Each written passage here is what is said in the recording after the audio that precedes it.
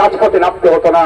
তো অপদার্থ মুখ্যমন্ত্রীকে যে লয়ার গুলোকে দাঁড় করানোর দরকার, তার পরিবর্তে আমি পাতি শব্দটাকে উদ্র করে নিচ্ছি, সরি, আমি তার পরিবর্তে তুলনামূলক সিনিয়র অ্যাডভোকেটদেরকে না দিয়ে একটা লেভেলে দিচ্ছে, যাতে রকমভাবে ওই মামলাটা সুপ্রিম কোর্ট থেকে এখানে যারা জিতেছে জিতে যেতে পারে, কিন্তু হতে দেওয়া যাবে না।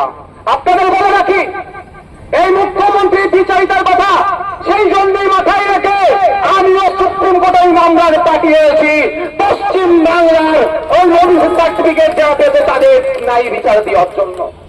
বন্ধুগণ, শুধু যে বিষয়ে এসেছেন আপনারা আজকে, সেই বিষয়ে বলেছে, আমি শুধু দুটো জিনিস অ্যাড করতে চাই। আজকে 22 বছরের তরতাজা ছেলে প্রসেন মন্ডল, তার সে নাকি চুরি করেছে, এই অপরাধে তাকে পিটিয়ে হত্যা করা হলো।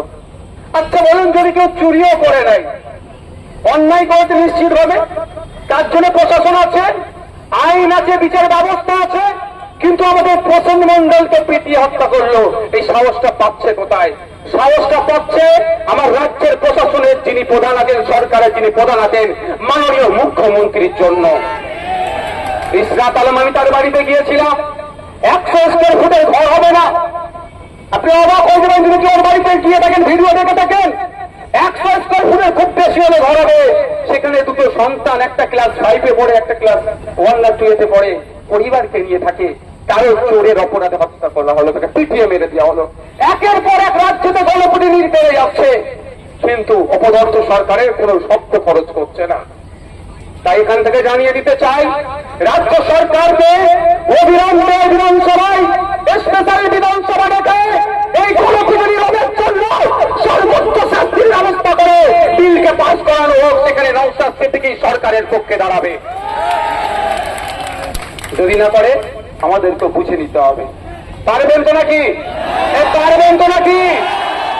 আমরা গণতন্ত্র, আমাদের কর্মীদেরকে আপনারা ভেবেছিলেন স্টুডেন্ট ফ্রন্টকে রুখে দেবে, প্রতিবাদী কণ্ঠ স্টুডেন্ট ফ্রন্টের নেতা ইসলামকে আপনি ভেবেছিলেন এমপিকে দিয়ে পুলিশে দিয়ে খাম থেকে ফেলে দিয়েছেন। মাননীয় মুখ্যমন্ত্রী, আপনি অবশ্যই লাইভ দেখছেন, আপনি 14 তলায় বসে লাইভ। রাতের অন্ধকারে চোরের মতো এসে পুলিশ তাকে ছাদ থেকে ফেলে হত্যা করলো। সারা বাংলায় যখন উত্তল সে নিয়ে বাংলার মুখ্যমন্ত্রী বলেছিল এসআইটি গঠন করে দিচ্ছি, 15 দিনের মধ্যে সবকিছু হয়ে যাবে, কিন্তু দুর্ভাগ্যের বিষয় 15 দিন অতিবাহিত হলো, 1 বছর অতিবাহিত হলো, এখনো আনিস বিচার পেল না। আমরা বিচার ব্যবস্থার প্রতি ভরসা রেখে কলকাতা হাইকোর্টে গিয়েছি, আমরা প্রস্তুতি নিচ্ছি আনিসের মামলাটাকে নিয়ে আগামী দিনে সুপ্রিম কোর্টে যাব। আর এখানে আবু সিদ্দিক আল্লাহের পক্ষ বাড়ির লোকজন আছেন, তাদের সাথেও কথা হয়েছে, যদি কলকাতা হাইকোর্ট থেকে আমরা ন্যায় বিচার না পাই, ওই অর্ডারটাকে চ্যালেঞ্জ করে আমরাও সুপ্রিম কোর্টে যাব, তাদেরকে তার সর্বোচ্চ শাস্তি দেওয়ার ব্যবস্থা করব।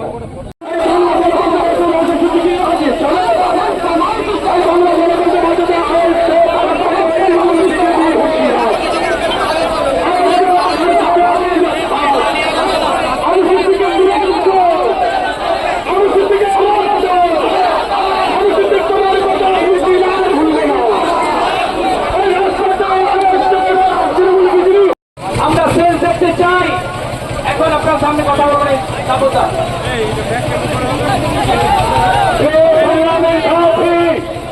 আজ আপনারা প্রমাণ করলেন পশ্চিমবঙ্গের মাটিতে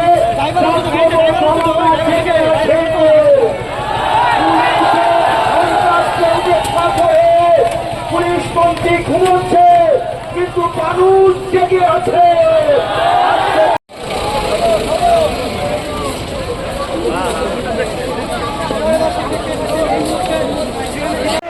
ন্যায় বিচারের দাবিতে এই মিছিল চলছে, এটাই তো বলি খুনি পুলিশে দিক দিক দিক কাজ, এই কাজ খুনি রাজ্যে পুলিশে দিক দিক দিক কাজ। এই অবিলম্বে সেই সমস্ত দোষী পুলিশদের শাস্তি দিতে হবে। এই অবিলম্বে সরকার থেকে শুরু করে আনিসকে তারা ছাদ থেকে ফেলে হত্যা করলো, শিকারী বড় আদিবাসী সমাজের ছেলেকে আবগারি দপ্তর তুলে নিয়ে গিয়েছিল, 3 দিন পরে তার লাশ হয়েছে, সে পুলিশ সরকার তার সাথে অপকর্ম করলো, অন্যায় করলো তাদেরকে। এর প্রশাসনের একটা অংশ মুখ্যমন্ত্রী বাঁচানোর জন্য কেন তৎপর